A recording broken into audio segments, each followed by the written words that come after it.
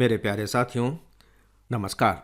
Friends, pre exam आपके नज़दीक आने वाले हैं, आ ही गए हैं समझ लीजिए सही मायने में तो। हालांकि अभी दिन बाकी हैं, लेकिन आपके दिमाग में धारणा होनी चाहिए कि आ ही गए हैं। तो दोस्तों, मैं अभी इसी को लेकर के आज आपसे कुछ बातें करने जा रहा हूं और मेरे बात का आधार ये है कि हम प्री के सही उत्तर तक पहुंचे कैसे। जाहिर है कि इसमें मैं उन उत्तरों तक पहुंचने के बारे में बात कर रहा हूं जिनके उत्तर सही सही आपके दिमाग में कौंध नहीं रहे हैं, या यूपीएससी ने आपको उलझाने की कोशिश की है। और सच पूछे तो ये प्रश्न इस तरीके के होते हैं जिनके बारे में अगर आप सोचें कि सही सही तैयारी कर लेंगे, तथ्यात्मक रूप से आप उनको हल कर लेंगे, तो ऐसा करना संभव भी नहीं होगा। इसलिए इस तरह की कोशिश भी मत कीजिएगा, वो समय की बर्बादी होगी, आप उससे और ज़्यादा निराश होंगे। लेकिन उपाय हैं, क्योंकि यदि उपाय नहीं होते तो यूपीएससी इस तरह के प्रश्न कतई भी नहीं देता। तो मैं उन उपायों के बारे में ही अब कभी कभी बीच बीच में आप सबसे बातें किया करूँगा, ताकि आपकी जो क्षमता है वो बढ़ सके, आप अपने प्री के सिलेक्शन को इंश्योर कर सकें। और दोस्तों, इसकी मैं शुरुआत करने जा रहा हूँ इतिहास के कुछ प्रश्नों से। इतिहास के प्रश्नों से क्यों? सबसे पहले मैं आपको इसका स्पष्टीकरण देना चाहूँगा। हम लोगों के समय में प्री एग्ज़ाम होते थे, लेकिन प्री एग्ज़ाम में भी हम लोगों को एक सब्जेक्ट लेना पड़ता था। हम लोगों के समय में सी सेट नहीं होता था, एक जनरल स्टडीज़ और एक सब्जेक्ट लेना पड़ता था। मैंने सब्जेक्ट लिया था history, Indian history. Indian history हुआ करता था प्री में, और मेंस में हमें दो सब्जेक्ट लेने पड़ते थे। तो उसमें एक तो मेरा था हिंदी लिटरेचर और दूसरा था मेरा हिस्ट्री। तो दोस्तों, जब हिस्ट्री मैंने प्री में लिया तो मैं अपना सिर पकड़ करके रो रहा था कि मैंने क्यों ले लिया, क्योंकि इतने सारे प्रश्न और इस तरीके के प्रश्न बनते हैं कि आप कितना याद करेंगे। लेकिन ले लिया था, छोड़ भी नहीं सकते थे, क्योंकि मेंस में भी वही लिया हुआ था। तो आप एकदम नए सब्जेक्ट की तैयारी कैसे करेंगे? तो फिर मैं करूं क्या?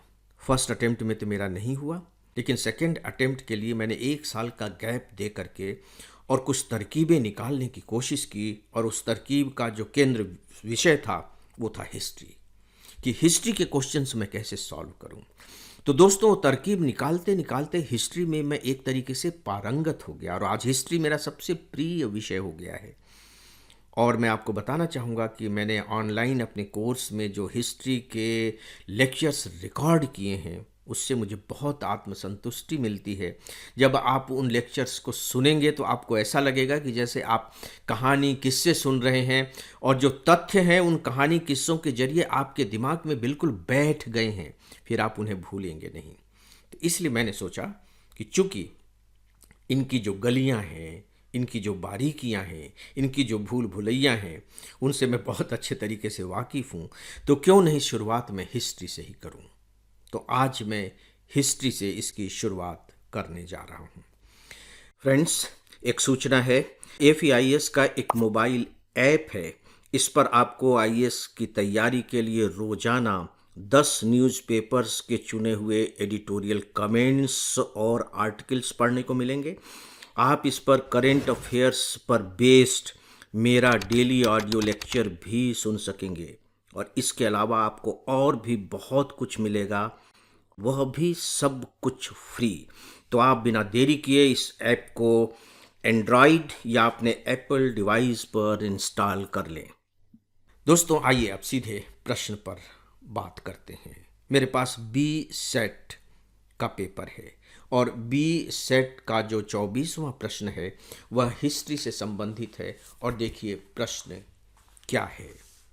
प्रश्न पूछा गया है कि प्राचीन भारत में इनमें से किस शासक ने मत्तविलास, विचित्र चित्त और गुण भरा उपाधियां धारण की थी।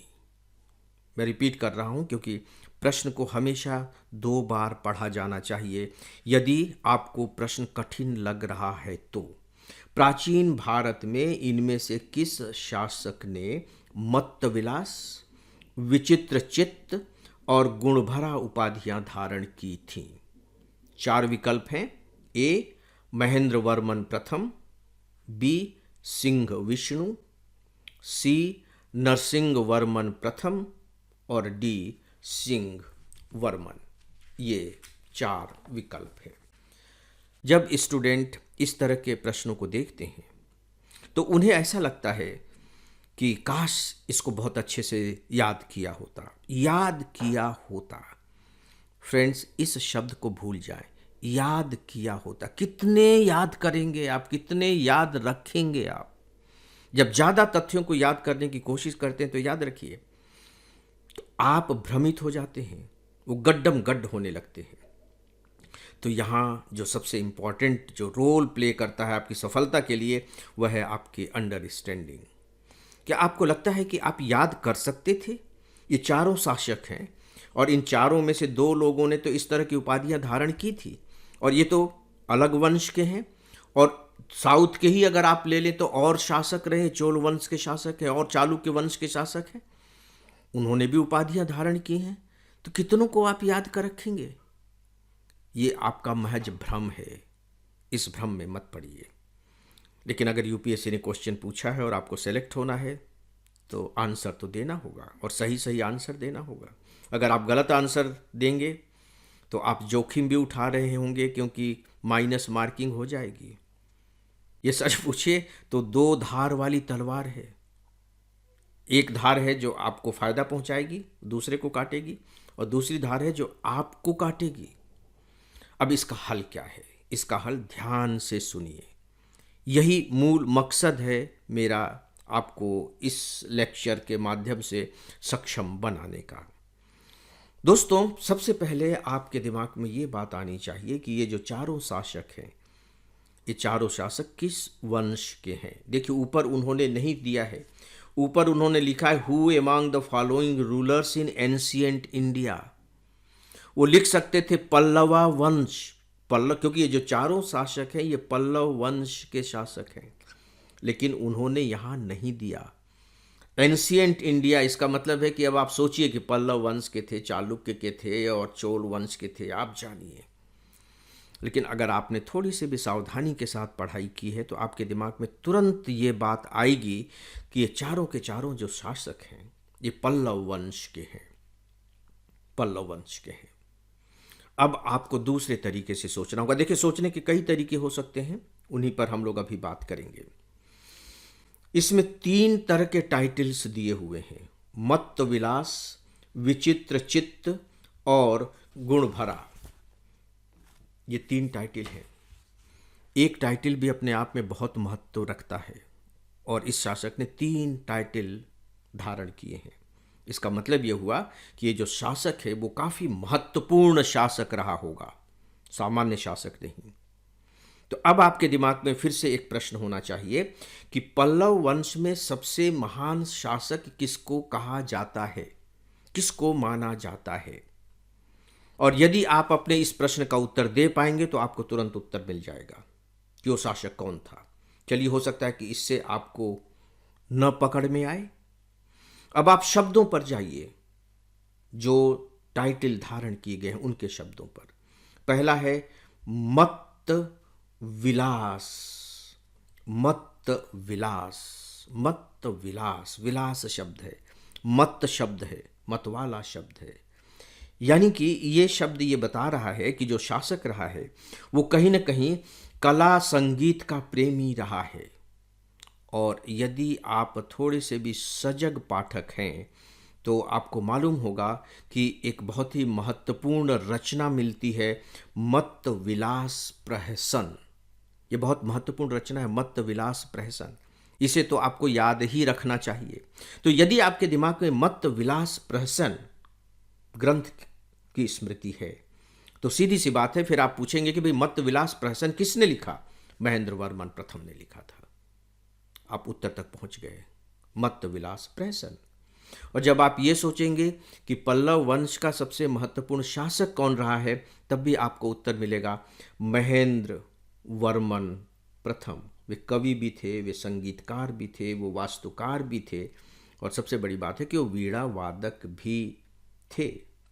गुण भरा, एक और शब्द देखिए, गुण भरा, जिनमें कई तरह के गुण हैं। अभी मैंने क्या बताया आपको कि कवि भी हैं, संगीतकार भी हैं, वास्तुकार भी हैं।